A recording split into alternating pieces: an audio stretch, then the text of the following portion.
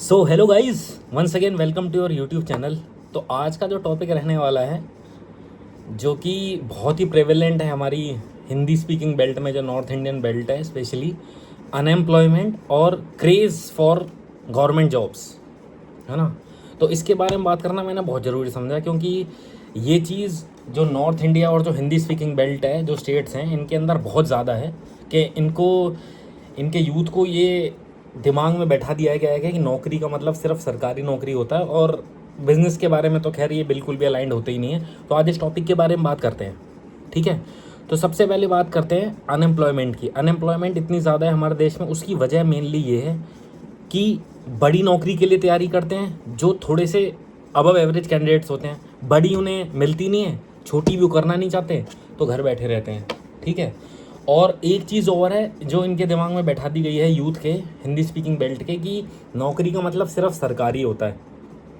ख़ास तौर पे ये जो पेस्टोरल कम्युनिटीज़ हैं, जैसे कि जो भी पेस्टोरल या जो फॉर लड़ती थी जो कम्युनिटीज़ हैं, जो कि मतलब फार्मर्स या फिर जो वॉरियर क्लैंस हैं, जो कोई भी किसी भी कास्ट का नाम नहीं ले रहा, किसी भी कम्युनिटी का नाम नहीं ले रहा, इनके यूथ में तो खास तौर पे दिमाग में डाल दिया गया है कि नौकरी का मतलब है सिर्फ सरकारी नौकरी।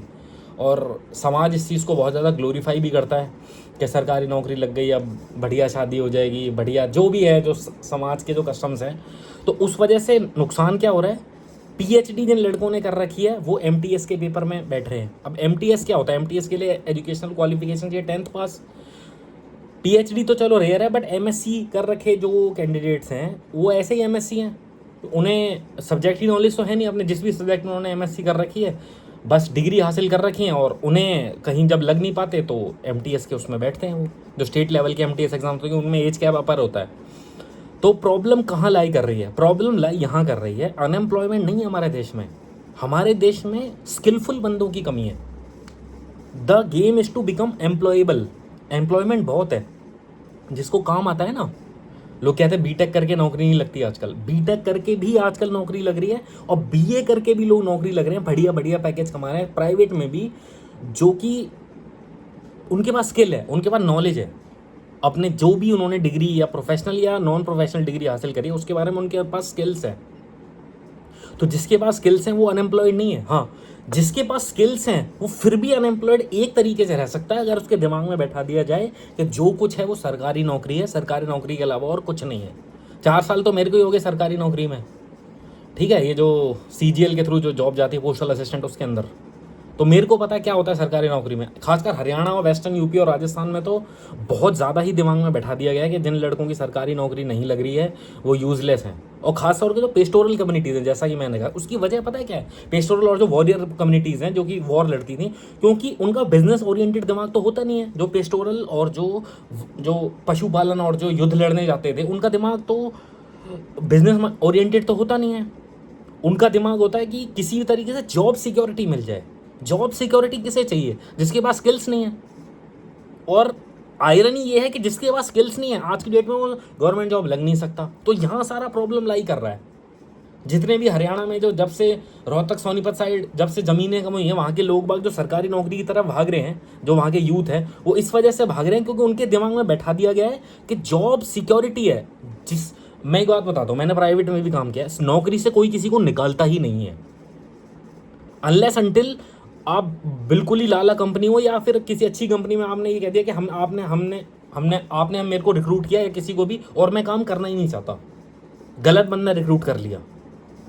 लाला कंपनीज की बात नहीं कर रहा हूँ, जो थोड़ी अच्छी कंपनी है उनमें कोई किसी को निकालता ही नहीं है, वरना वो उसको रिक्रूट ही क्यों करते। जिसके पास स्किल्स है वो तो कभी भी रिप्लेस नहीं होता। थोड़ी बहुत ऑफिस पॉलिटिक्स अगर जानता हो तो, क्योंकि प्राइवेट सरकारी में भी चलती है ऑफिस पॉलिटिक्स, तो खैर ऑफिस पॉलिटिक्स के बारे में कभी और वीडियो बनाऊंगा। तो प्रॉब्लम ये है। अच्छा, एक प्रॉब्लम तो ये है कि उन्हें जॉब सिक्योरिटी सरकारी, आपको क्या लगता है सरकारी नौकरी सिक्योर होती है? 100% जॉब सिक्योरिटी सरकारी नौकरी में भी नहीं होती, सेंट्रल गवर्नमेंट में भी। मैंने अपने डिपार्टमेंट में लोग टर्मिनेट डिसमिस तक होते देखे हैं। अच्छा, एक तो ये इशू हो गया कि अनएम्प्लॉयमेंट किस वजह से है, क्योंकि नौकरी का मतलब उनके दिमाग में बैठा दिया गया सिर्फ सरकारी। एक चीज़ है, जो थोड़े अच्छे कैंडिडेट होते हैं ना, जो अब एवरेज होते हैं, जो अपने आप को ओवर एस्टिमेट करते हैं कि हम एक्सेप्शनली वेल हैं, वो बहुत बड़ी नौकरियों के लिए ट्राई करते हैं डायरेक्ट। यानी कि जो यूपीएससी और जुडिशियल पीसीएस या स्टेट पीसीएस जो भी एग्जाम्स होते हैं, डायरेक्ट उनकी तैयारी करते हैं। अब अगर वो थोड़े लोअर लेवल की नौकरी, मैं ये नहीं कह रहा एमटीएस, थोड़े लोअर लेवल की, यानी SSC, bank PO, bank clerk, इनमें सीजीएल, इनमें सीपीओ में ट्राई करते तो वो निकल जाते। पर उनका माइंडसेट क्या है, जो थोड़े से अब हैं कि हमें बनना है तो जी आईपीएस बनना है, एसपी बनना है या डीएम बनना है, और उसके नीचे कुछ बनना नहीं। तो दूसरी वो वाली कैटेगरी है कि बड़ी उनको मिलती नहीं, छोटी वो करना नहीं चाहते, और जब तक उन्हें समझ आती है कि छोटी नौकरी हमें कर लेनी चाहिए, तब तक उनका एज बार जो होता है, क्योंकि एज बार सेंट्रल गवर्नमेंट की जॉब में कम होता है, रेलवे में थोड़ा ज़्यादा होता है, बाकी एसएससी और इन सब में कम होता है, तब तक उनकी एज लिमिट निकल चुकी होती है। ये इशू क्रिएट हो रहा है। और स्टेट लेवल की जो छोटी नौकरियों की जो एग्जाम पैटर्न है, वो इतने ज़्यादा वाहियात और आर्बिट्रेरी हैं कि उसका कुछ पता ही नहीं होता। तो इस वजह से ज़िंदगी ख़राब हो रही है लड़कों की। ये सेंट्रल गवर्नमेंट, ये गवर्नमेंट जॉब का जो क्रेज़ बैठा रखा है ना दिमाग में, मैं बता रहा हूँ आपको कि ये जो पिछली जनरेशन ने सरकारी नौकरी का जो शोषण किया है ना, इतना ज़्यादा इसकी छुट्टियाँ लेना, और वो, हाँ, करप्शन के बारे में बात हो, करप्शन कोई भी डिपार्टमेंट या एजेंसी करप्ट नहीं होती, इंसान करप्ट या ईमानदार होता है। और अब आज की डेट में अगर कोई सेंट्रल गवर्नमेंट जॉब में आना चाहता है, स्टेट का मुझे पता नहीं, क्योंकि मैं सेंट्रल गवर्नमेंट के ही मेरे दोस्त हैं और मैं सेंट्रल गवर्नमेंट में हूँ। Corruption is a high risk low benefit game. आज की डेट में रिस्क बहुत ज़्यादा है और बेनिफिट थोड़ा है।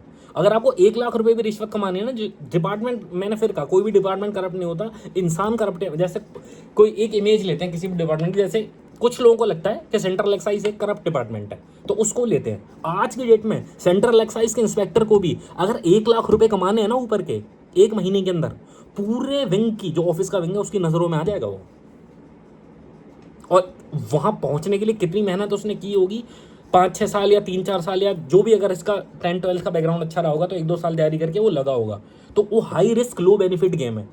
पिछली जनरेशन में जो जिन लोगों ने पैसे कमा लिए ना, तो उस माइंडसेट इंप्रेशन को लेके लोग तैयारी कर रहे हैं कि सेंट्रल एक्साइज का इंस्पेक्टर बन के अंधी कमाई और ये और वो। मैं फिर से कह रहा हूँ, सेंट्रल एक्साइज को डिमीन नहीं कर रहा हूँ, सेंट्रल एक्साइज में भी ईमानदार लोग होते हैं, और जिसे आप सबसे ईमानदार डिपार्टमेंट समझते हो ना, नाम नहीं ले रहा, आर्मी के ऑफिसर्स भी करप्ट होते हैं। मैं किसी की तरफ वायस नहीं हूँ, जिसे आप पूछते हो ना कि आर्मी के सारे ऑफिसर्स बहुत ईमानदार होते हैं, सेंट्रल एक्साइज और इनकम टैक्स के बंदे, ईडी के बंदे करप्ट होते हैं। कोई भी एजेंसी या डिपार्टमेंट करप्ट नहीं होता, इंसान करप्ट या ईमानदार होता है। ठीक है, तो जितना ज़्यादा शोषण पिछली जनरेशन ने सरकारी नौकरी का किया है ना, ये जो प्रेजेंट रिजाइम ऑफ गवर्नमेंट है, उससे सारी सेंट्रल गवर्नमेंट की जो शौक है ना, वो ख़त्म करना चाहती है। और आए दिन आपने न्यूज़पेपर तो आप लोग पढ़ते ही हो, आए दिन धरपकड़ चल रही है ऑफिसर्स की, स्टेट गवर्नमेंट में भी, सेंट्रल गवर्नमेंट में, जो करप्शन कर रहे हैं। तो इसलिए मैं कह रहा हूँ कि अगर आप इसी माइंडसेट से सरकारी, हाँ, एक फ़ायदा है सरकारी में आने का कि आप बीच का सा बिहेवियर लेकर रख सकते हो। मतलब अपने बॉस के प्रति या जो सीनियर्स हैं, बहुत ज़्यादा चौड़े भी नहीं और बहुत ज़्यादा चापलूसियाँ करने की भी आपको ज़रूरत है नहीं।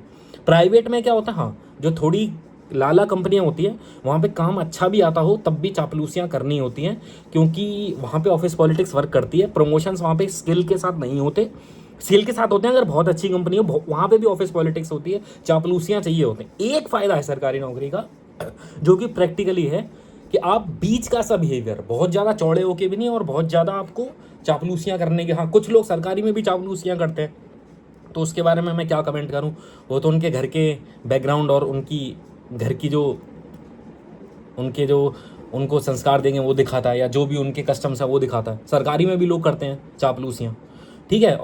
तो ये चीज़ होती है। तो ये इशू है कि अनएम्प्लॉयमेंट की ये 2 मेन वजह हैं जो मैंने बताई। एक तो पहली वाली कि जो कुछ है सरकारी नौकरी है, और जॉब सिक्योरिटी के लिए सरकारी नौकरी, जिसके पास स्किल्स है उसकी नौकरी कहीं भी पक्की है, और सरकारी नौकरी 100% सिक्योर नहीं होती। लोग डिसमिस और टर्मिनेट, डिसमिस और टर्मिनेट में क्या डिफरेंस होता है? डिसमिस मतलब दूसरे डिपार्टमेंट की नौकरी पास भी नहीं पा सकता, टर्मिनेशन में दूसरे डिपार्टमेंट की नौकरी ले सकता है वो बंदा। डिसमिस और टर्मिनेट होते हैं। और प्राइवेट में भी लोग आज की डेट में जिनके पास स्किल्स है, बढ़िया बढ़िया पैकेज पे लग रहे हैं।